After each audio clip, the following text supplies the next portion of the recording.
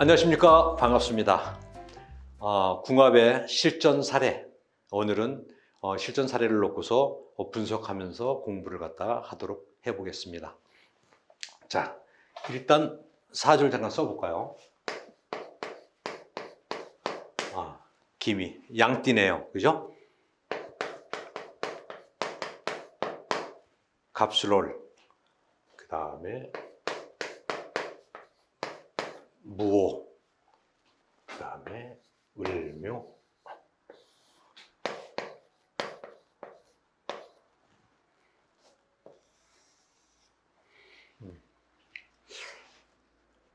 참고로 말씀드리면 여기가 연, 월, 일, 시 이렇습니다. 우리는 표기상 그죠? 이쪽에 좌측부터 우측으로 써내려가고 또 읽을 때도 그렇게 읽는데 명리에서는 특히 사주팔자를 쓸 때만 이렇게 거꾸로 우측에서 좌측으로 읽습니다. 그래서 여기가 연이 되는 걸 갖다 참고로 말씀을 드리고요. 여기가 월이고 여기가 일이고 여기가 시가 되겠습니다. 그래서 몇 년, 몇 월, 며칠, 몇 시 이렇게 되겠습니다. 그러니까 헷갈리지 않았으면 좋겠고요. 이렇게 쓰는 이유는 명리 역학이라고 하는 것이 기원전부터 시작해갖고 계속해서 끊임없이 발전해서 내려오다 보니까 옛날 고서들을 갖다가 이렇게 접하고 볼 경우가 많이 왕왕 있습니다. 전부 다 이렇게 써 있는데 거꾸로 쓰다 보면은 오히려 혼란만 갖고 오고 헷갈릴 수 있기 때문에 이렇게 연을 일시 옛날에 썼던 우리 그 선배님들이 썼던 것처럼 그대로 이렇게 연을 쓴다는 거 참고로 이해해 주시면 되겠고요. 여기 지금 이제 똥글뱅이를 친 거는 현대 명리에서 과거에는 요 띠를 갖다 기준으로 했습니다. 그러니까 요 양띠가 몇 월에 태어났기 때문에 어떻게 된다 그래서 뭐 당사주라든지 전부 다 그렇게 됐는데 요 서자평 이후로 해서 현대 명리에서는 신법사주에서는 여기 무토일간을 갖다가 요 일간을 갖다가 기준으로 해서 이제 해석을 하게 되는 거죠. 자, 보면 제일 중요한 거는 똥골뱅이를 친 이 무토일간이 본인의 자신입니다. 그래서 이걸 갖다 체라고 그러죠. 체. 몸체는 나는 지금 이제 토 중에서도 양의 토로 태어났다 이런 얘기입니다. 근데 그 토가 어떤 환경 속에서 태어났냐, 어떤 계절에 태어났느냐, 어떤 걸 깔고 태어났냐에 따라서 이제 이걸 갖다가 분석을 하게 되는데 여기 보면은 여기 기미, 그래서 요거 기토, 미토, 여기 보니까 또 술토 이렇게 돼 있어요.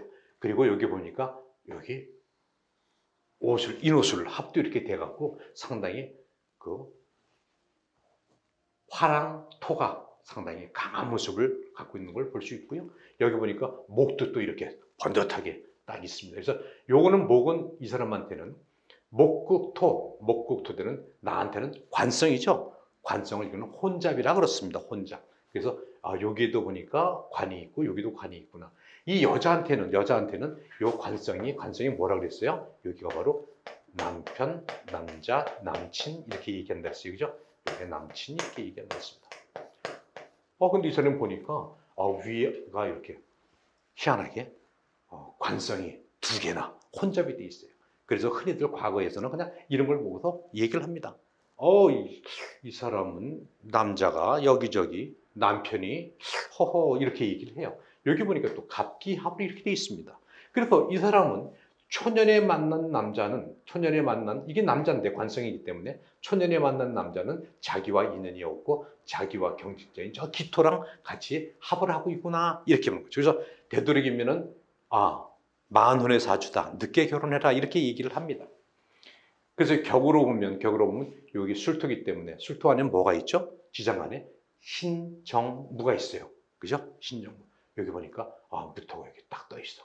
그래서 이 사람은 겁재가 되고요. 겁재경.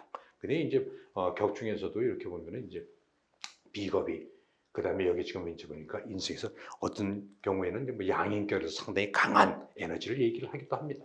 여기 보니까 나와 같은 토들이 있어요.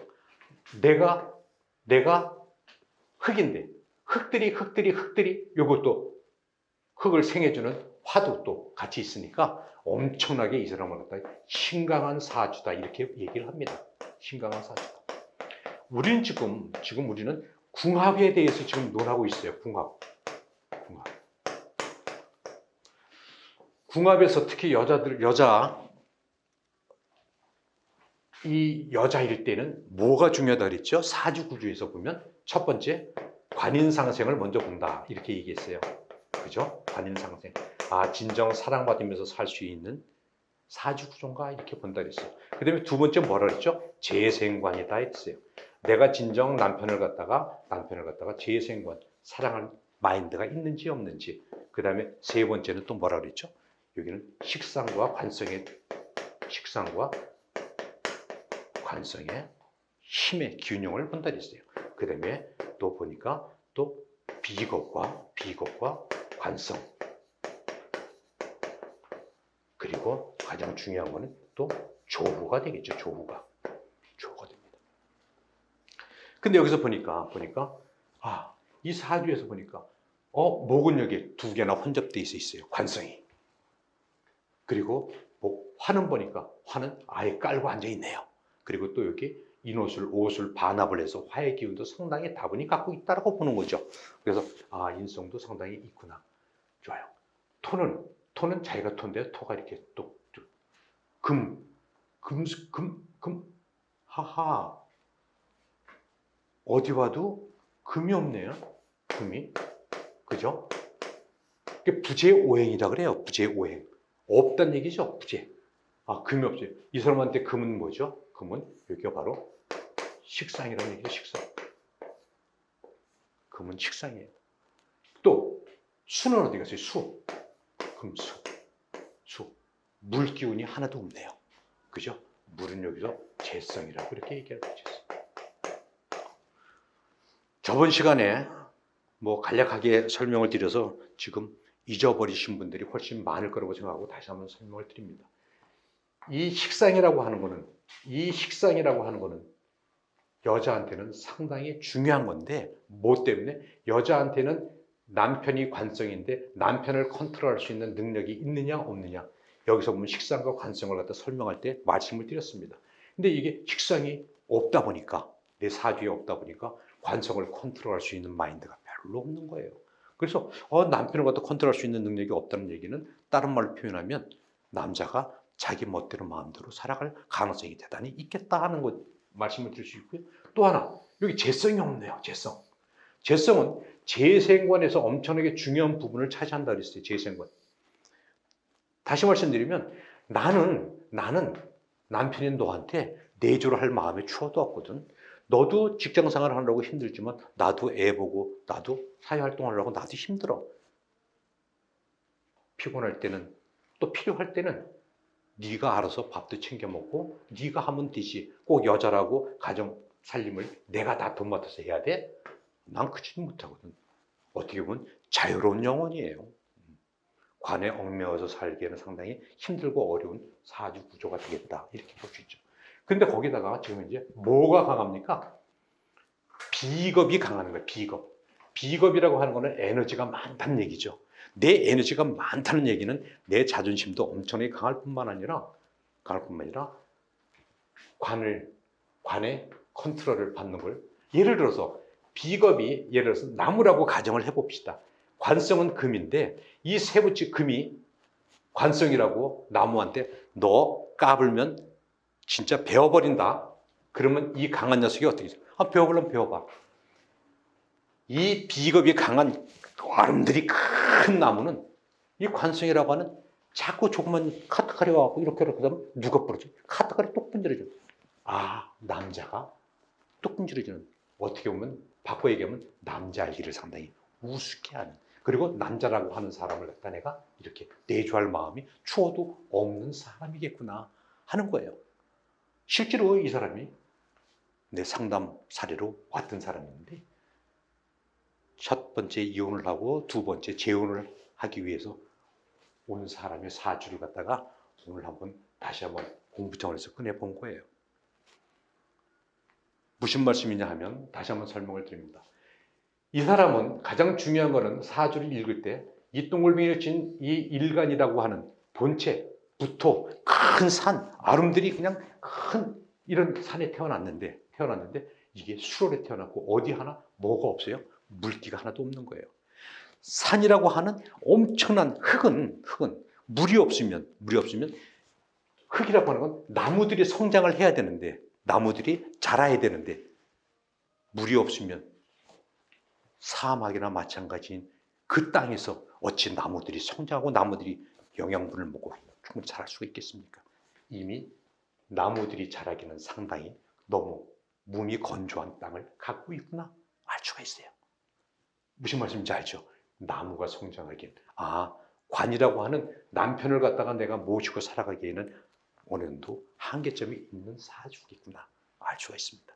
그리고 여기 보니까 거의 메마른 미토라고 하는 것은 상당히 사막과 같은 모래알이고 그냥 화기가 넘쳐 흐르죠. 이 흙도 그렇고 이 흙도 여기 인호술 화곡으로 거의 보니까 금수의 기운이 부족하다 보니까 어때요? 양의 기운, 목화의 기운만 상당히 강하니까 가장 무슨 문제가 생겨요? 조후가, 바란스가 사주의 조화 균형이 맞질 않으니까 이거는 또 하나의 결혼 생활에 큰 문제점이 될 수 있다고 하는 거죠. 그래서 중요한 거는 어차피 결혼을 해서 살 거라면 이 사람의 성정, 이 사람을 알고서 그 남편 되는 사람이 인정을 하고 그런 부분을 갖다가 케어를 해줄 수 있다면 너무나 좋은 배필이 될 수 있는데 그렇지 못하고 내 부인이 될 저 사람은 딴 사람처럼 딴 여자들처럼 딴 가정들처럼 그렇게 살겠지라는 생각을 갖고 있으면 이 사람은 상당히 백년해로하기 힘들고 어렵다는 얘기입니다. 그래서 이걸 이 사람에 대해서 진정 내가 인정을 하고 딴 사람과 다르다는 걸 갖다가 인정을 할 때 결혼 생활을 아주 행복하게 할 수 있는 거죠. 그렇지 않으면 딴 사람이랑 덜 비교를 하면서 누구 동창 녀석 누구 부인은 그렇게 얼굴이 이쁜 것만 아니라 살림도 그렇게 잘하던데 쓸데없는 비교를 하는 순간 절망, 나락으로 떨어질 수밖에 없어요. 왜? 그런 표정이 아니잖아요. 수의 기운이 없으니 사교력이라든지 막 애교스러운 이런 멘트를 날릴 사람도 전혀 아니지 않습니까? 그렇죠?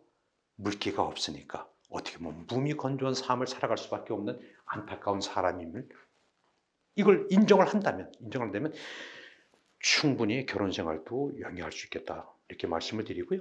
여기서 참고로 하나 말씀을 드립니다. 세상에 천생연분 없어요. 어디서 백마 타고 오는 왕자를 기다리고 있는 우리 아리따운 미혼의 여성분들이랑 아니면 우리 남성분들 하늘에서 내려오는 선녀들 두레박 타고 내려오는 선녀를 기다리고 있는 이런 천생연분 세상 전체에 없습니다. 그리고 또 분명 하나는 만나지 못해야 될 만나면 절대 안 될 사람들도 세상에 없어요.